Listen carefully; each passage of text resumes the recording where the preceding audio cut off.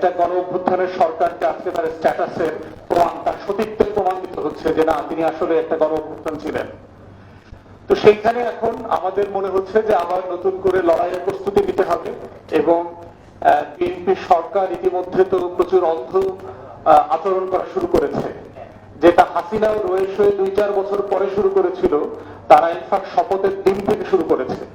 তারা এই নাটকগুলো শপথ নিয়েও করতে পারত, কিন্তু তারা শপথ না নিয়ে প্রথম দিন থেকে গণ অভ্যুত্থানকে অস্বীকার করবার মধ্য দিয়ে তারা বলার চেষ্টা করছে যে তারা আসলে দিল্লির আধিপত্যবাদকে মেনে নিয়ে ক্ষমতা এসছে, তারা সামরিক ফ্যাসিবাদকে কোনো না কোনো ফর্মে পুনর্বাসন করবার জন্য ক্ষমতা এসছে এবং আগামী দিনে সেইগুলো তারা গ্র্যাজুয়ালি করবে থ্রু ডিফারেন্ট অ্যাপয়েন্টমেন্টস। ইতিমধ্যে আমরা দেখেছি যে এস আলমের গোলামদেরকে বিভিন্ন জায়গায় জায়গায় অ্যাপয়েন্টমেন্ট করবার মধ্য দিয়ে পুরো রাষ্ট্রযন্ত্রকে কিভাবে ইনডাইরেক্টলি আওয়ামী লীগ এবং দিল্লির কাছে বর্গা দেবার কাজ চলছে। তো এইটা খুব দুঃখজনক হবে এবং বাংলাদেশের ইতিহাসের সবচেয়ে সাকসেসফুল অ্যাডমিনিস্ট্রেটর যদি বলি শহীদ প্রেসিডেন্ট জিয়াউর রহমান, কিন্তু যেই জায়গাতে ফেল করেছিলেন তার ব্লান্ডার ছিল আওয়ামী লীগ প্রশ্ন সে ডিল করতে পারে নাই। শহীদ প্রেসিডেন্টের সবচেয়ে বড় ফেলিওর ছিল তিনি দিল্লির কোশ্চেন ডিল করতে পারেন নাই। এবং আমরা দেখতে পাচ্ছি বর্তমান বিএনপি সরকারও একই চোরাগলিতে পা দিয়েছেন। তারা আওয়ামী লীগ প্রশ্ন এবং দিল্লির কোশ্চেন ডিল করতে না পারার কারণে যেটা হয়েছে, তারা 75 পরবর্তী পরিবর্তনে যেভাবে ডিজাস্টার করেছেন, ঠিক একইভাবে 24 পরবর্তী কোশ্চেনেও তারা একইভাবে সেই চোরাগলিতে পা দিয়েছেন এবং ফলাফল 81 থেকে ভয়াবহ হবে। শহীদ জিয়াকে জীবন দিয়ে তার ঋণ শোধ করতে হয়েছে, যেটা আমরা কেউ কামনা করি নাই। ওনার মতো একজন প্রেসিডেন্ট যদি বেঁচে থাকতেন, বাংলাদেশের অর্থনীতি এবং রাজনীতির ক্যানভাস পরিবর্তন হয়ে যেতে পারত। কিন্তু আজকে দুঃখজনক হলো সত্য যে একই কোশ্চেনে এবং ওইখানেও দেখবেন শহীদ প্রেসিডেন্টের একটা ভুল সিদ্ধান্ত ছিল একজন সেনাপ্রধান কাকে বানাবেন।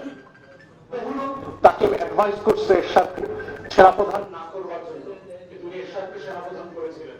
এবং আমাদের এখানেও একই রকম সামরিক বেসামরিক আমলাতন্ত্রের বহু লোক এই চোরাগলিতে বিএনপিকে নিয়ে যাওয়ার জন্য একইভাবে কাজ করছে। দেখেন কিভাবে হিস্ট্রি রিপিট হচ্ছে, একই ভুল, একই দল, একই প্রেক্ষাপটে, একই ফ্রেমে, একই ব্যক্তিত্বের দ্বারা, একই সংবিধানের দোহাই দিয়ে, একই আওয়ামী লীগকে পুনর্বাসন করতে গিয়ে, একই দিল্লির আধিপত্যবাদকে নিয়ে কম্প্রোমাইজ করতে গিয়ে কিভাবে রাষ্ট্রটাকে একটা ফাঁদে ফেলে দিচ্ছে। এভাবেই হচ্ছে ইতিহাস আমাদের সাথে বারবার বেইমানি করেছে।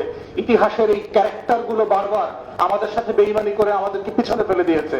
শত শত শহীদদের রক্তের সাথে গাদ্দারি করেছে। এবং সম্প্রতি দেখেন পুরস্কার নিয়ে যেটা হচ্ছে, যে চাচ্ছাটাই করা হচ্ছে। পুরস্কারের প্রত্যেকটা ফেনোমেনাতে দেখেন, 2টা পুরস্কার ইতিমধ্যে তারা ঘোষণা করেছে, স্বাধীনতা পুরস্কার এবং নারী বিষয়ে প্রদম্ব নারী পুরস্কার। নাকি 2টো পুরস্কারের ভিতরে দেখলাম 24-এর রিফ্লেকশন নাই, গণ অভ্যুত্থানের রিফ্লেকশন নাই। স্বাধীনতা পুরস্কার দিয়েছে অথচ 24-এর কোন হিরোকে তারা অ্যাকনলেজ করেনি। তো তাদের দলীয় এই অকৃতজ্ঞতার জন্য তাদেরকে মাসুল দিতে হবে, ইতিহাস সাক্ষী।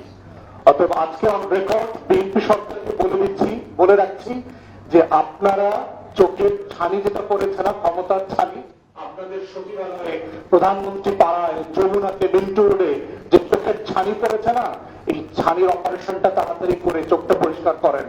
For gods sec, look things properly.